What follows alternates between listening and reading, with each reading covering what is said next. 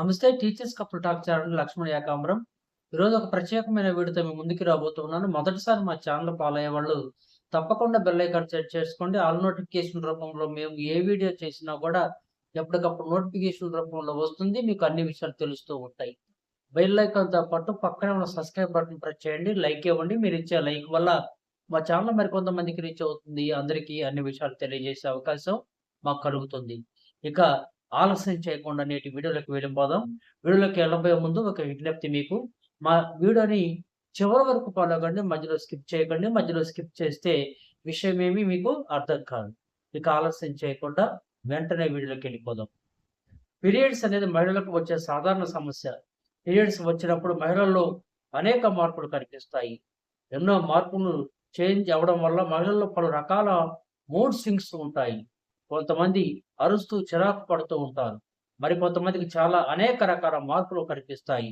నెలసరిలో వచ్చే మార్పులు కామన్‌గా అనుకుంటారు. కానీ ఎలాంటి మార్పులు వచ్చినా వైద్యుని సంప్రదించడం మేలు. చాలా మందిలో తీవ్రంగా కడుపులో నొప్పి, నడుము నొప్పి వేధిస్తుంది. కొంతమందికి తీవ్రంగా రక్తస్రావం అవుతుంది. అలాగే కొందరిలో రొమ్ములు కూడా నొప్పిగా ఉంటాయి. ఎంతో మందికి చాలా అలా అనిపించినా పెద్దగా గమనించరు. నొప్పి తీవ్రంగా ఉంటే మాత్రం వైద్యుల సలహా తప్పనిసరి. మరి ఈ పీరియడ్స్‌లో రొమ్ముల నొప్పులు వస్తే ఏం చేయాలో ఇప్పుడు చూద్దాం.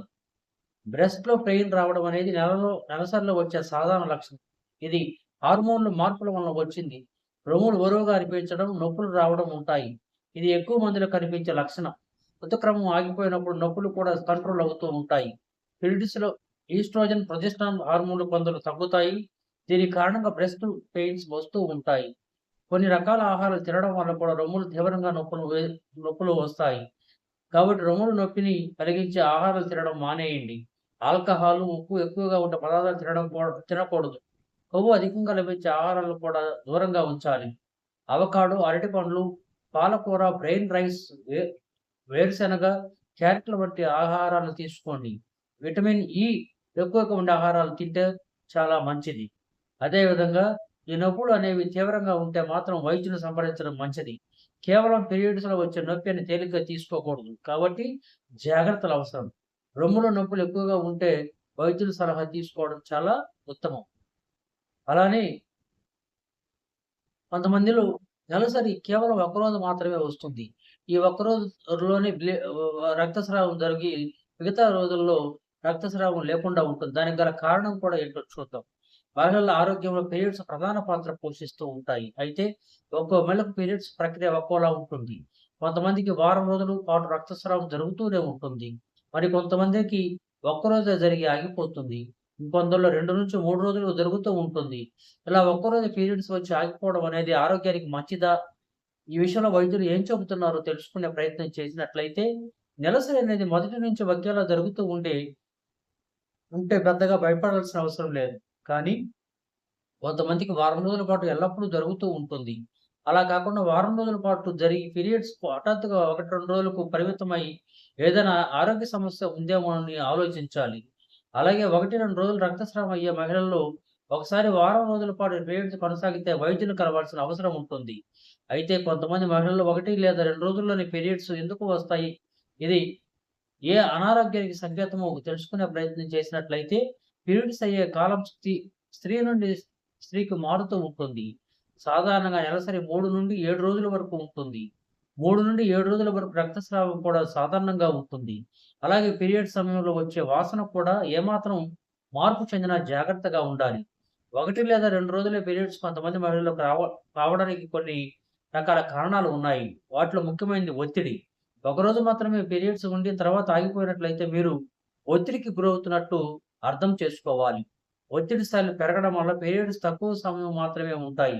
ఎందుకంటే ఒత్తిడి హార్మోన్ అయిన కార్టిసాల్, ప్రొజెస్టరాన్, ఈస్ట్రోజన్ హార్మోన్లపై ప్రతికూలంగా ప్రభావం చూపిస్తుంది.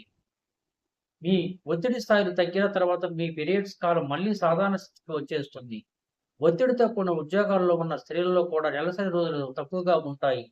కఠినమైన వ్యాయామం చేసే మహిళల్లో కూడా నెలసరి తక్కువ రోజులే ఉంటుంది.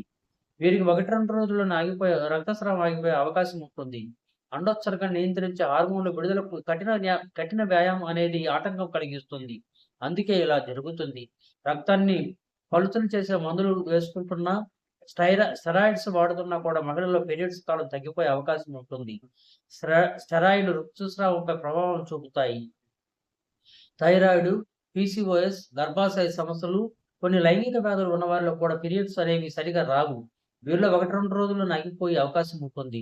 అండోత్సర్గం సరిగ్గా జరగకపోయినా కూడా పీరియడ్స్ క్రమరహితంగా మారిపోతాయి.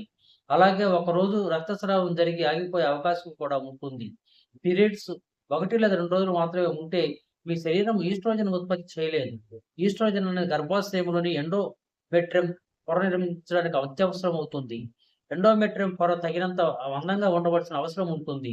ఎప్పుడైతే ఈస్ట్రోజన్ లోపిస్తుందో ఈ పొర పలుచగా మారుతుంది. అందుకే నెలసరి సమయంలో తగినంత రక్తస్రావం జరగాల్సిన అవసరం ఉంటుంది. అప్పుడే ఈస్ట్రోజన్ ఉత్పత్తి అయ్యే హార్మోన్ల మధ్య మధ్య సమతుల్యత ఏర్పడుతుంది. కాబట్టి ఒక రోజు లేదా 2 రోజుల పీరియడ్స్ జరుగుతూ ఉంటే ఒకసారి వైద్యులను కలవాల్సిన అవసరం ఉంది. 45 దాటిన వారిలో 1 లేదా 2 రోజుల వ్యవధిలోనే పీరియడ్స్ ఆగిపోతూ ఉంటాయి. ఇది మోనోపాజ్ సంకేతంగా కూడా భావించవచ్చు. ఈ విధంగా పీరియడ్స్‌లో స రు ఈ విధంగా స్త్రీలలో పీరియడ్ సమయంలో రొమ్ము నొప్పి రావడానికి 1 లేదా 2 రోజుల్లోనే ఋతుస్రావం క్రమం పరిసమాప్తి అవ్వడానికి గల కారణాలను ఈ వీడియోలో మీకు తెలియజేయడం జరిగింది.